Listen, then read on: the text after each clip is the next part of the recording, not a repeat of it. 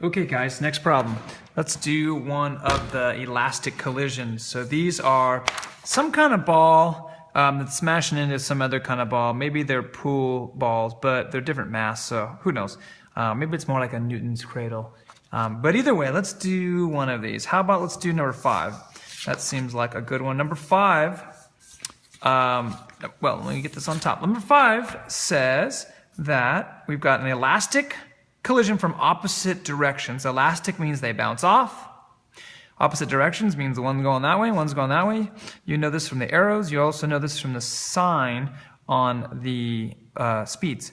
And then this one's 1 kilogram and this one's 2 kilograms. So let's see, first of all, what the momentum of each ball is before, right? Find the total momentum before, and then find the total momentum afterwards, or an expression of it, and set them equal to find the unknown. In this case, by the way, the unknown is ball number 2. What's its speed afterwards? It's probably that way. It looks like it might be. Unknown. Okay, first things first. We have ball A, and it has a speed of 8 meters per second. It's got a mass of 1 kilogram, and from that we know that mass times speed gives us momentum.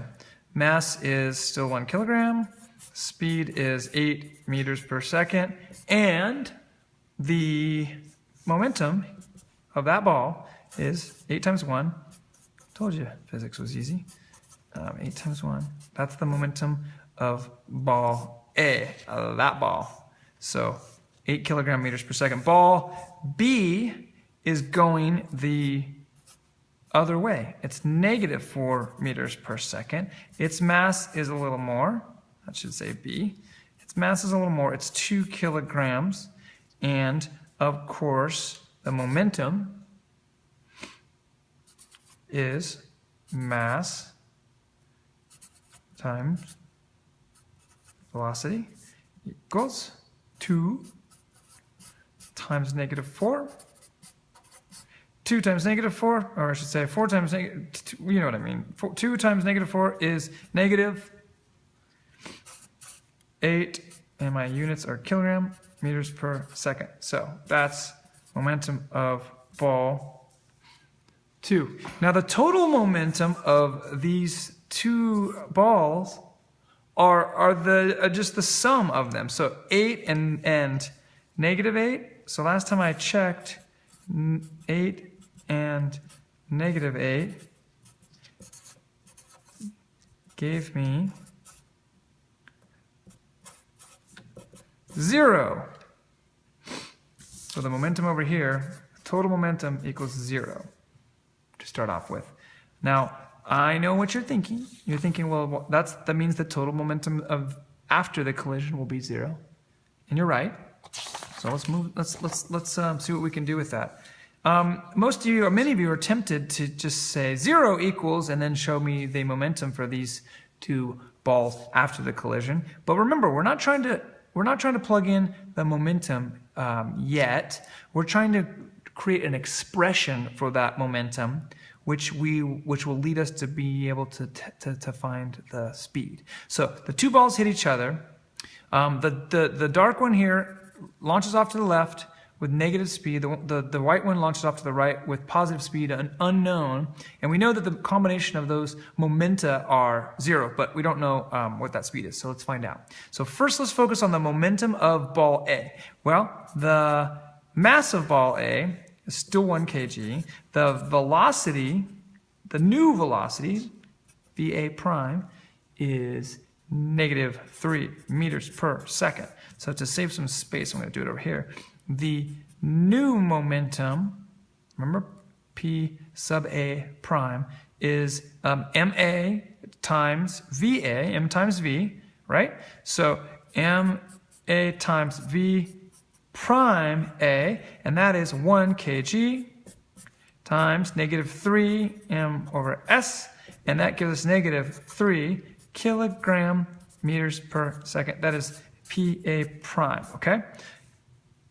Negative momentum. That makes sense because Why does that make sense? Well, it just makes sense. Makes sense to me because, did I plug in the wrong things? No, I didn't. It makes sense because it's going to the left. It's got to have negative momentum. Okay, for ball B here, the mass has not changed. It is still 2 kilograms. The speed has definitely changed, but we don't know what it is. The momentum has definitely changed, and we don't know what it is, but we can write an expression for this. Mass times velocity. The mass of ball B times its velocity, which is unknown. So we can substitute in what we know. We know that the mass is 2 kg. And again, we do not know its speed. Okay? But that's the momentum. The momentum of object A is negative 3 kilograms per second. The momentum of object B after the collision is 2 kilograms times some unknown speed. So let's make an expression for the total momentum after the collision. That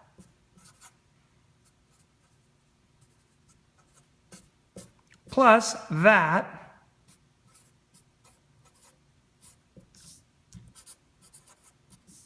okay?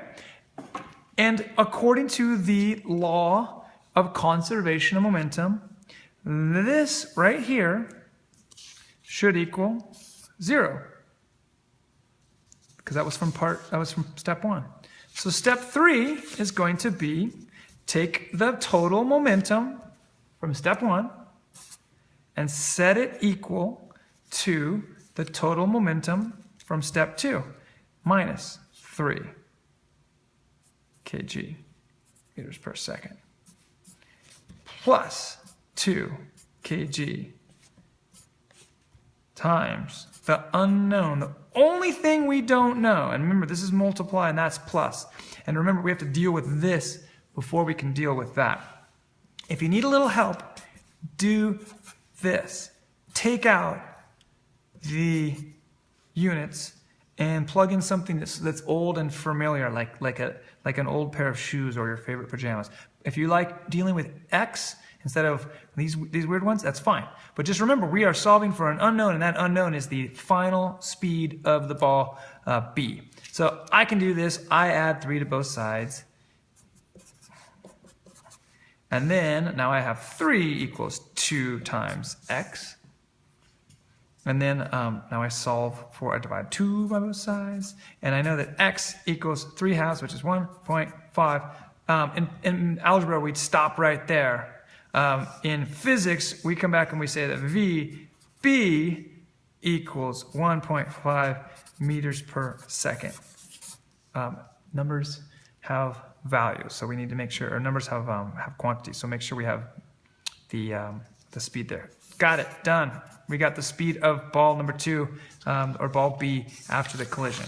So that's the answer to number 5.